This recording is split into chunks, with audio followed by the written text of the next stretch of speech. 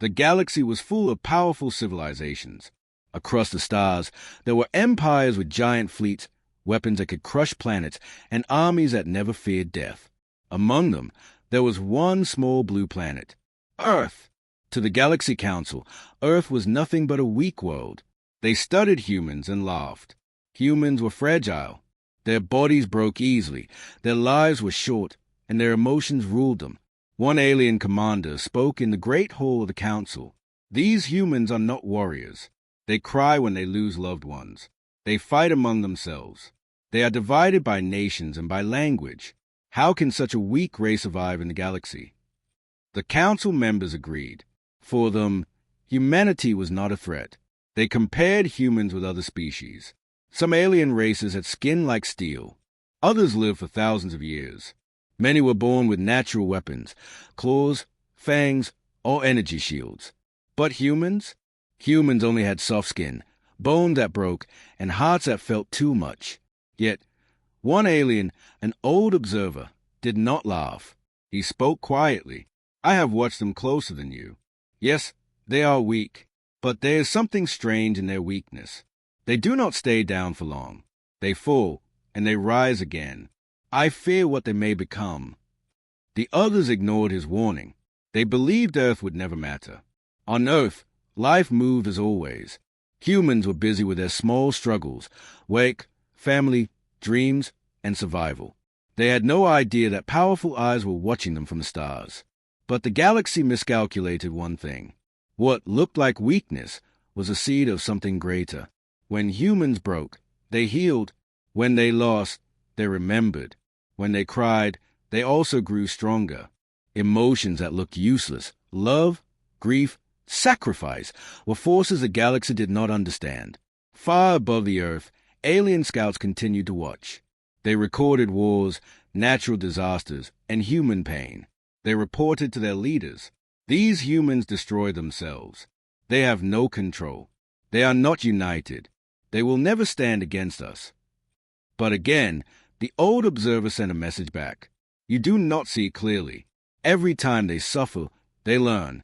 Their weakness is not the end. It is a beginning. In one small town on Earth, a family sat together. A child asked his mother, "Why do people cry? Why do we feel so much pain?" The mother smiled softly. Because our hearts are alive. Because when we feel pain, we also learn how to love stronger. That is what makes us human. The scouts recorded this simple moment and sent it to their leaders. The council laughed again. Foolish creatures. They think love and pain can protect them in war. But somewhere deep inside the galaxy, that recording spread. Some young alien soldiers saw it and felt something they had never felt before. Doubt. Then it happened. A signal left Earth. It was not a weapon. It was not a warning. It was a broadcast. Music. The humans were sending music into space. A simple song carried across the stars. No technology to frighten enemies. No coded threat. Only melody, born from human hearts.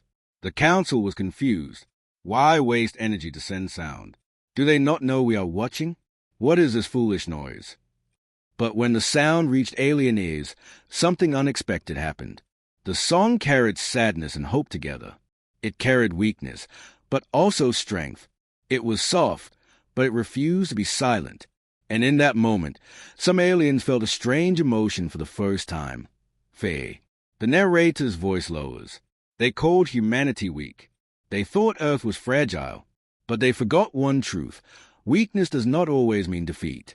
Sometimes, weakness is the first shape of a weapon that has not yet revealed itself. The old observer stood before the Galaxy Council once more. His eyes glowed as he spoke. You laugh at them now, but mark my words, one day, their weakness will become the weapon that shakes the galaxy. The council fell silent. Some still laughed, but others looked uneasy. For the first time, doubt had entered their hearts. And far away, on Earth, humans continued to live without knowing what awaited them. They were not preparing armies or fleets. They were simply living, crying, loving, and dreaming. But soon, the galaxy would learn the truth. Because a fragile species was not so fragile after all. And their story had just begun. The Galaxy Council finally decided it was time. For years, they had only watched Earth. They had laughed at humans, studied their weakness, and dismissed their strength. But now, curiosity and arrogance pushed them further. They wanted to prove, once and for all, that Earth was nothing more than a fragile world. A fleet of alien scouts was sent toward the blue planet. Their ships cut through the darkness of space, glowing like silver arrows. The commanders carried strict orders. Observe the humans directly. Test their resistance. If they resist, crush them. The fleet entered Earth's orbit. Hidden from human eyes, the aliens watched cities, oceans, and skies. They expected fear. They expected panic. But what they found was strange. In one part of the world, a village had just faced a natural disaster. Homes were destroyed by a storm. Families stood in the rain, their lives broken. The alien commander watched closely. Now they will collapse. Now they will surrender to despair, he said. But instead, humans did something unexpected. Neighbors carried each other. Strangers shared food. A boy gave his blanket to an old woman. A woman, who had lost everything, still comforted a crying child. The alien soldier whispered, confused, "Why do they help each other when they have nothing left?" The commander frowned. "It does not matter. They are still weak." But in his heart, a small seed of doubt had begun. The next day, the aliens revealed themselves. Above the skies of a major city, their ships appeared, giant shadows blocking the sun. People screamed. Cars stopped. Fear spread through the streets. The commander's voice echoed across the world. "Humans of Earth, you are weak. You are divided. You cannot resist us. Surrender, and we will spare you." The council expected instant obedience. They expected humans to bow. But humanity did not. Yes, there was fear. Yes, there was panic. But slowly, something else began to rise. A small group of humans gathered in the streets. They had no weapons. They had nothing to match alien power. But they stood together, holding hands. One man shouted, "We may be weak, but we are not afraid." The aliens watched, surprised. No one had ever spoken to them like this. The commander ordered a test. He sent drones into the city. Machines hovered over the humans, glowing with deadly energy. The people should have run. They should have begged for mercy. Instead, something unexpected happened. A mother pushed her child behind her and raised her arms, ready to face the drone herself. A firefighter stood tall in front of strangers, daring the machines to strike him first. The alien soldiers hesitated. Their scanners showed something unusual. Heart rates were high, but fear was mixed with something else. Courage. The commander grew angry. They are weak creatures. Why do they resist? One of his soldiers whispered, "Because they care for each other. They protect each other. They fight not for power, but for love." The commander dismissed him. Foolish. Emotions are weakness. But the events of that day were written into the memory of every alien who saw it. Later that night, an alien patrol captured a wounded human soldier. He had tried to defend his city with nothing but a broken weapon. The aliens surrounded him. He was bleeding, barely alive. The commander leaned closer. "Why do you fight, human? You cannot win. You are fragile. You will die." The human's lips trembled. With his last strength, he whispered, "You will never win, because we feel. You do not understand it now. But one day, you will fear it." Then his eyes closed. The aliens froze. For the first time, they felt something they could not explain. The human had no power, no weapon, no chance of survival. Yet he had looked into the eyes of the galaxy and refused to surrender. When the fleet reported back to the council, the commanders described the encounter. They resisted. They fought with nothing. They had no strength, but they did not surrender. The council was confused. Impossible. How can weakness stand against power? The old observer, the one who had warned them before, spoke again. "You still do not understand. Their bodies are weak. Their weapons are small. But their hearts are fire. That fire cannot be crushed easily." Back on Earth, humanity gathered in silence. They knew they had seen something greater than themselves, an enemy from the stars. Fear filled their hearts. But deep within, another feeling began to grow. Unity. For the first time in a long time, nations began to talk. Enemies began to question their hatred. Humans started to realize that maybe their survival depended not on weapons, but on each other. The first encounter with the galaxy had begun. And already, the galaxy was starting to wonder, were the humans truly weak? Or was their weakness something more dangerous than any weapon? The narrator's voice ends softly. They thought Earth would bow. They thought fear would break us. But in their first encounter, they learned a lesson they could not understand. Weakness, when shared, becomes courage. And courage is a weapon the galaxy has never seen before. The alien fleet returned from Earth in silence. Their mission had been simple: observe the humans, prove their weakness, and show the Galaxy Council that Earth was nothing to fear. But what they brought back was not victory. It was confusion. The commander stood before the council, his voice uneasy. They resisted. They did not bow. They had no weapons to match us, but they stood with courage. Even when death was certain, they refused to surrender. The council chamber grew restless. Some laughed, some shook their heads. A senator mocked. Are you telling us that fragile creatures, who bleed and break so easily, stood against your fleet? You must be exaggerating. But the commander's eyes did not waver. No, I saw it myself. Their weakness gave them strength. They fight not only with weapons, but with something else, something I do not understand. The old observer, who had warned them before, stepped forward. His voice echoed across the chamber. I told you, humanity is not like us. When they suffer, they grow. When they lose, they rise again. Their emotions make them unpredictable. Their weakness is not weakness. It is a weapon waiting to awaken. The council fell silent. Some scoffed, refusing to believe. Others felt something they had not felt in centuries: doubt. Across the galaxy, whispers spread. Other species heard the reports. Some laughed at the idea of humans as a threat, but others began to fear. One alien trader, who had secretly intercepted Earth's music broadcast, played it in his ship. The melody filled the cabin with sadness and hope together. He shivered. How can sound make me feel this much? If their music has power, what else do they hide? Another alien general studied the recordings of humans standing against drones. He frowned. They have no claws, no shields, no strength. Yet they fight as if they cannot die. This is not normal. This is dangerous. Back on Earth, humanity had no idea of the storm they had created. To them, the encounter was terrifying. Many believed they would be destroyed. Others prayed for survival. But slowly, something unusual began to happen. Nations that once fought bitter war started to talk.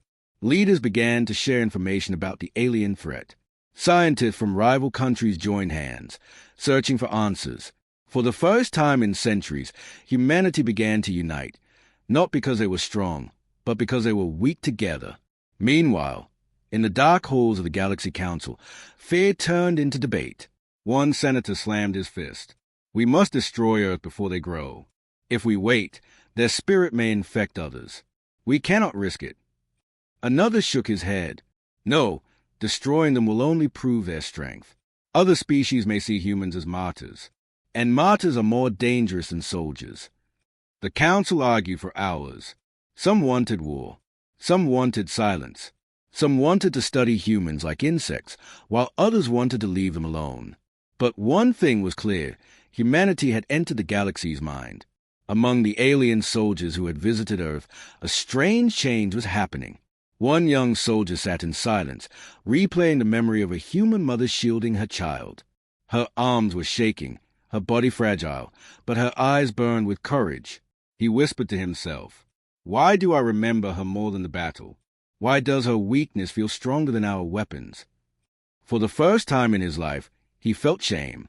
Back on Earth, strange signals began to arrive. Humanity picked up transmissions from deep space. Some were warnings, others were messages of curiosity. A few were even songs, alien attempt to reply to the human broadcast. Scientists were shocked. They are listening. They are answering. We are not alone. But the public was divided. Some celebrated. Others panicked. Conspiracy spread. Was the galaxy preparing for war? Or was it reaching out in fear? The narrator's voice deepens. The galaxy had always believed in strength, power, weapons, control. But humanity showed them something different. A force they could not measure, a weapon they could not see. And that force was beginning to spread fear, like fire in the dark. The Galaxy Council gathered one final time that season. The old observer looked around at the restless leaders and spoke. You do not fear their weapons. You do not fear their armies. You fear something deeper, the idea that weakness, when shared, becomes unbreakable. That is what humans carry in their hearts. And if that idea spreads, the galaxy will never be the same again. The chamber grew cold. No one laughed this time. And far away, on a small blue planet, humanity prepared unknowingly for the future. They were not ready. They had no fleets, no shields, no advanced weapons. But in their weakness, something powerful was rising. The galaxy had seen the first spark, and the fire had only just begun. The Galaxy Council had seen the reports. They had listened to the human broadcast of music, and they had studied the strange resistance of Earth. But still, many of them did not understand. What power can exist in feelings? One senator asked. Songs do not stop weapons. Tears do not block armies. Love does not win wars. But the old observer shook his head. His eyes were calm. You only measure strength with force. But humans measure strength with memory. Every song, every story, every tear, they carry it inside them. That is their weapon. The chamber laughed, but uneasily. Some leaders could no longer shake the feeling that Earth was hiding something dangerous, something invisible. Far away on Earth, life was still fragile. Cities rebuilt after disasters. Families mourned those lost in battles and tragedies. But instead of forgetting, they remembered. In one small village, people gathered after a funeral. They sang songs of those who had died. Their voices were soft, broken, but united. Children who had never met the fallen learned their names. The memory was passed on, carried like fire from one heart to another. The aliens who secretly observed this moment were confused. A soldier whispered, "Why do they sing about the dead? The dead are gone." His commander frowned. "No, they are keeping them alive, inside their hearts." For humans, memory was not just history. It was power. Every tragedy became a lesson. Every scar became a reminder. Every loss became a reason to rise again. Aliens, who had always buried their dead and forgotten, could not understand this. To them, weakness was to be erased, pain was to be hidden. But humans did the opposite. They turned pain into fuel. One night, an alien soldier who had defected from his fleet sat with a group of humans. He asked them, "Why do you tell stories of suffering? Why do you hold on to grief?" An old woman smiled sadly. "Because memory is what makes us strong. We carry those we lost, so they never truly die. When we remember them, we keep fighting, not for ourselves, but for them too." The alien listened, shaken. He had lived his whole life without memory of his ancestors. But now, for the first time, he wondered if his people had lost something precious long ago. Meanwhile, the Galaxy Council continued to debate. A scientist played a recording of human songs. Listen carefully. This is not just sound. The waves of their voices affect the mind. It carries emotion. It touches the heart directly. If they can spread this across the galaxy, who knows what it can do? Some leaders dismissed it as nonsense, but others felt a strange chill as the music echoed through the chamber. On Earth, the humans did not know that their songs were reaching further and further into the stars. Across the galaxy, other species began to hear them, simple melodies filled with love, pain, and hope. In dark mining colonies, slaves of alien empires paused their work when they heard the strange broadcast. Some cried without knowing why. Others felt courage for the first time in years. In distant worlds, children of alien races began to hum human songs without understanding the words. But they felt the meaning. The galaxy was changing, and it was memory that carried the change. The narrator's voice grows heavy. For humans, memory is not weakness. It is a weapon. It gives them courage when they should fall. It gives them unity when they should break. And when they sing, they do not sing alone. They carry the voices of all who came before them. The alien defector, now living among humans, sent a secret message to the Galaxy Council. You do not understand them. You think they are fragile. But I tell you this, every time you kill a human, you create more strength in the survivors. Their grief turns into fire. Their weakness turns into unity. Their memory becomes a weapon you cannot fight. The message spread through hidden channels. Some laughed at it. Others felt fear tighten in their hearts. Back on Earth, a small group of children sat by a fire. One boy asked his grandfather, "Why do we keep stories of wars, of pain, of loss? Wouldn't it be easier to forget?" The old man looked at the stars. "If we forget, we die twice, once in body and once in memory. But if we remember, then no one is truly gone. That is our gift. That is our curse. And that is our strength." The aliens who spied on this conversation could not stop thinking about it. They had erased their own past long ago. They had cut away weakness, history, and pain. But perhaps in doing so, they had also cut away their soul. The Galaxy Council met once more. This time, the chamber was silent. The old observer looked at the leaders and spoke slowly. "You still call them weak. But mark my words, when the day of fire comes and fleets rise against them, their true weapon will not be steel or flame.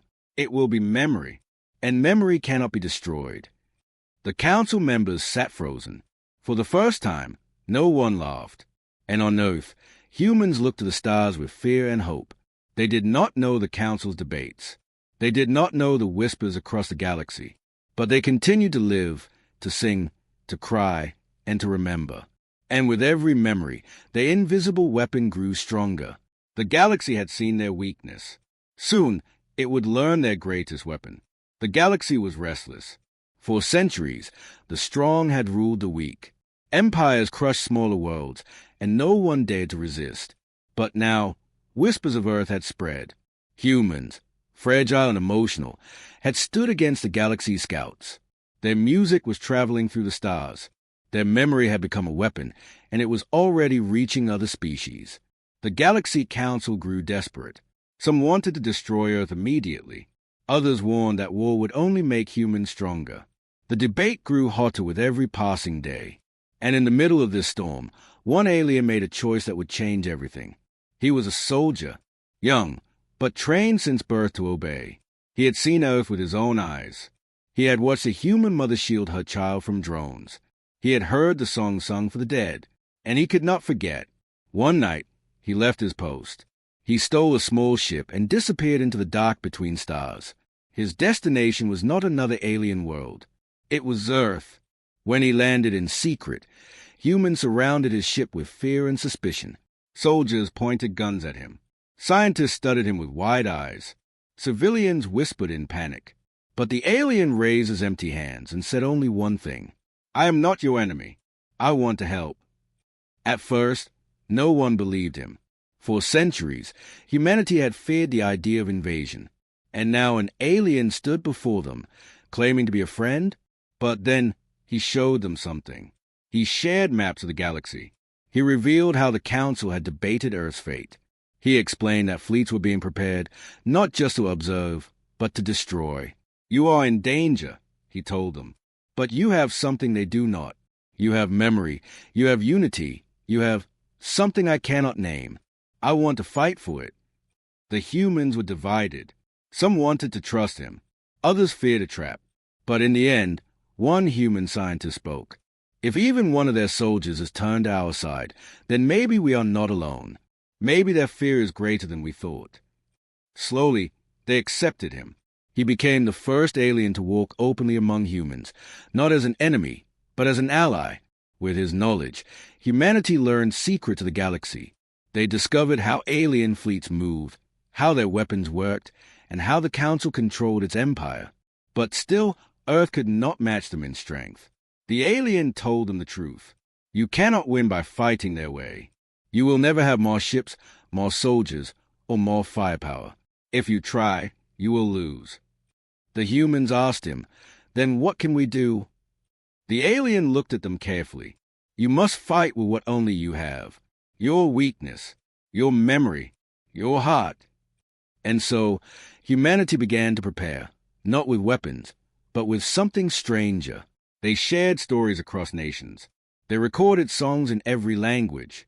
They gathered memories of victories and tragedies, of love and sacrifice. They stored them, not just in books or recordings, but in signals ready to be broadcast across the galaxy. To outsiders, it looked foolish. Why waste time on songs when war was coming? Why gather stories when fleets of fire were on the way? But the humans knew something the galaxy did not. Their real power was not in guns or machines. It was in spirit. Meanwhile, in the Galaxy Council, tension grew. Scouts reported strange human activities. Leaders asked in confusion, why are they not building armies? Why do they send more songs instead of missiles? Why do they prepare memories instead of weapons? Some dismissed it as weakness. Others grew even more afraid. The old observer spoke again. They are preparing something you cannot fight. You do not understand it, but I do. Their weapon is invisible, and when it awakens, it will shake the stars. Back on Earth, the alien ally trained humans in secret. He taught them how alien fleets thought, how their tactics worked, and where their weaknesses lay. But in return, he learned something even more shocking. He learned what it meant to be human. He sat with families and listened to their laughter. He saw children running through fields, falling, crying, and rising again with smiles. He heard stories of wars, of love, of hope, and one night he whispered to himself, "This is why they cannot be destroyed. This is what we lost long ago." The turning point had come. For the first time, humanity was not only preparing to survive. They were preparing to fight back, not with steel, but with soul. The alien defector looked at the sky, knowing his people would soon arrive with fire and death. But for the first time, he felt no fear. They think weakness is your curse, he told the humans. But one day, you will show them it is your greatest weapon. The narrator's voice closes. An empire built on fear cannot understand the strength of memory. A fleet armed with fire cannot see the power of love. And the galaxy, so sure of its dominance, did not know that its fate had already changed. For the fragile species had gained an ally, and the turning point had begun. The warnings were true. For months, the alien defector had spoken of the coming storm. He told humanity that the Galaxy Council was preparing its fleets. He told them that one day, the sky itself would burn. And now, that day had arrived. Above Earth, the night sky filled with lights, thousands of alien warships descending together. They looked like stars at first, but soon the truth became clear. The invasion had begun. Panic spread across the planet. People ran through the streets, staring at the heavens. Nations activated what little defense they had. Soldiers took positions. Scientists tried to send messages into space. Families hid underground, whispering prayers. The first blast struck. Alien weapons lit up the oceans, boiling water into steam. Cities shook under the force of energy cannons. Towers collapsed, fire spread, and the earth trembled. The Galaxy Council believed this would end quickly. "They are fragile," one senator declared. "Their world will fall within hours." But it did not. On the burning earth, humans refused to surrender. In one city, firefighters rushed into collapsing buildings to save strangers. In another, doctors worked under falling bombs to treat the wounded. Soldiers, armed with weapons too small for the war, still stood tall, refusing to abandon their posts. And ordinary people, farmers, workers, children, helped each other survive, even when hope was nearly gone. The alien defector watched in awe. "They fight with nothing," he whispered, "but their spirit is stronger than any fleet." The battles grew worse. Entire regions were destroyed. Oceans boiled, forests burned, and millions were lost. Yet every time the aliens thought humans would break, they rose again. Every death fueled the survivors. Every fallen city became a symbol. Humanity, broken and bleeding, stood taller with each blow. At last, the secret plan began. Hidden deep below the earth, scientists and leaders activated something unlike any weapon in history. Not missiles, not fleets, not machines, but memory. All across the world, satellites began broadcasting. Songs, stories, voices, and faces, every fragment of human history, was sent into space. The aliens expected counterattacks. Instead, They received waves of sound and light. Laughter, tears, love, grief, all carried through the stars. Confusion filled the fleets. Commanders shouted, "What is this? Where are their weapons? Why are they wasting energy on noise?" But soon, something strange happened. Alien soldiers, hardened by centuries of war, began to hesitate. They heard the voices of children singing. They saw images of families standing together in tragedy. They felt emotions they had never known before: pain, hope, and love. Some dropped their weapons. Others wept silently in their ships. The Galaxy Council was furious. Ignore the signals. Destroy them. They ordered, but the damage was done. The humans' broadcast was not a weapon of steel. It was a weapon of spirit, and it was breaking the enemy from the inside. On Earth, the skies continued to burn. More cities fell. More families were torn apart. The suffering was unimaginable. But still, humanity stood. In the ruins of one city, a small group of survivors raised a flag on the rubble. They sang together, their voices shaking but unbroken. Aliens watching from above felt something they could not understand: fear. The alien defectors stood beside human leaders. "This is it," he said. "This is the day they will see what I saw. They believe weakness is your curse, but today you turn it into fire." And he was right. The more Earth burned, the more united humans became. Nations that had once fought bitter wars now stood as one. Enemies became brothers. Strangers became family. Every loss made them stronger. Every memory gave them power. The narrator's voice deepens. The day of fire was not the day humanity was destroyed. It was the day the galaxy learned the truth it had never known. Weapons can crush bodies, but not spirit. Fire can burn cities, but not memory. And weakness, when shared by all, becomes unbreakable. In the final hours of the battle, alien fleets rained destruction across the planet. Yet they could not silence the voices of Earth. Songs still echoed. Broadcasts still spread. Survivors still stood. And in that moment, the galaxy realized something terrifying. The humans were not fighting to survive.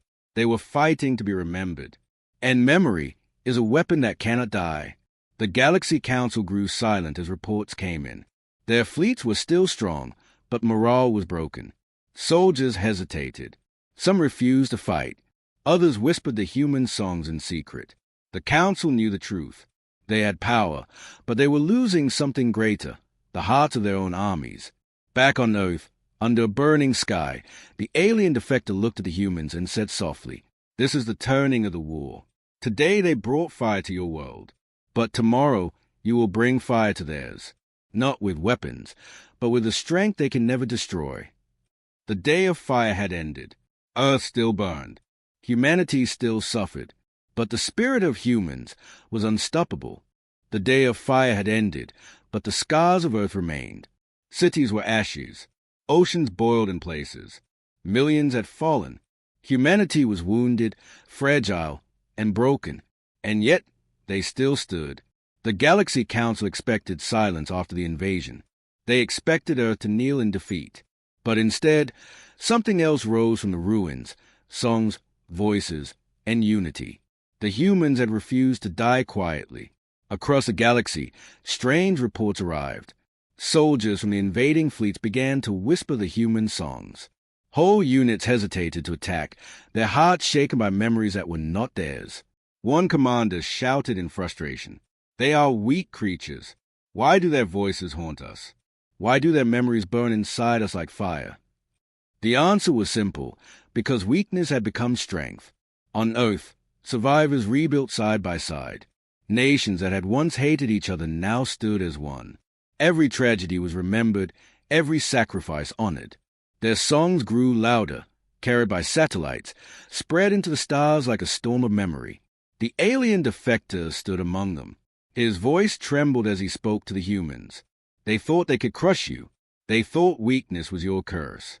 But today, they know the truth. Your weakness is your weapon. Your pain is your fire. And your memory is eternal. The Galaxy Council grew desperate. Fleets were strong, weapons unmatched, but their spirit was crumbling. One senator cried, If this continues, the idea of humanity will spread to others. Slaves will rebel. Soldiers will question orders. The galaxy will fall into chaos. Another whispered in fear. Perhaps it has already begun. In mining colonies far away, alien workers sang the human songs in secret. In hidden worlds, children told stories of fragile humans who refused to bow. Across empires, hope began to rise, hope carried not by weapons, but by memory. The old observer stood before the council and gave his final warning.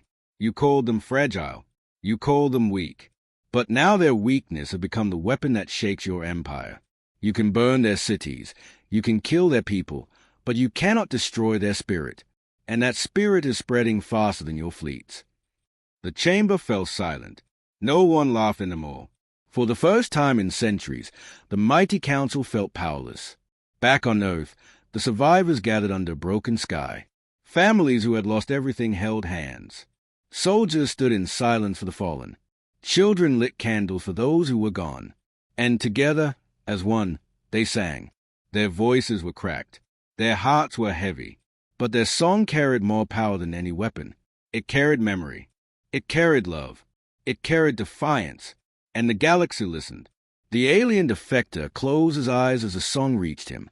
He had once believed strength was only in power. But now, he understood. These people will never be destroyed, he whispered. Because even if their bodies fall, their memory will fight on. That is something no empire can defeat. The narrator's voice grows deep and final. The galaxy had mocked humanity for its weakness.